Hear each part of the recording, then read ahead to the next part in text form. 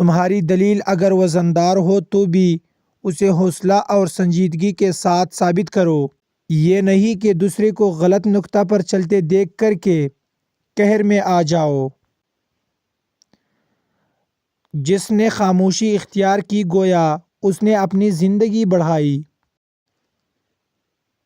تندرستی، نیک بیوی، فرمانبردار لڑکا اور مال اندیش دماغ، یہ چیزیں انسان کے لیے گھر ہی کو جنت بنا ڈالتی ہے۔ جو بات تمہارے دل میں پیدا ہو اسے پہلے ہی سے درست نہ سمجھو بلکہ اس کی اصلیت پر غور کرو۔ کڑوی بات انسان کو غمگین بنا دیتی ہے لیکن بھلی بات سے اسے ایک گنا خوشی ملتی ہے۔ خوشی سے انسان کے چہرے پر نور برستا ہے لیکن رنجیدہ کن بات سننے سے اس کے چہرے کی ماہیت بگڑ جاتی ہے۔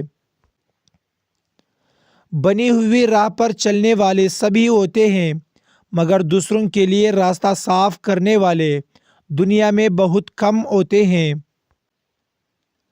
رحم اور انصاف میں بہت فرق ہے۔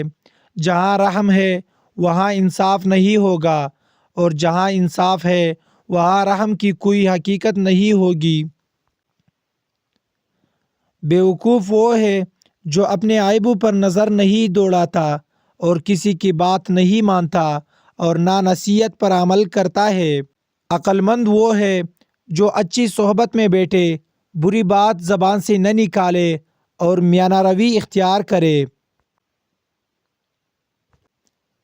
کسی کے ساتھ ہنسی کرتے ہوئے حوصلے کو ہاتھ سے نہ جانے دو ورنہ انسانیت کے اعتبار سے گر پڑو گے اور الٹی تمہاری ساتھ ہنسی ہونے لگے گی۔ اپنے نوکر پر بہت زیادہ خوشی ظاہر نہ کرو ورنہ وہ سست اور نمکے بن جائیں گے۔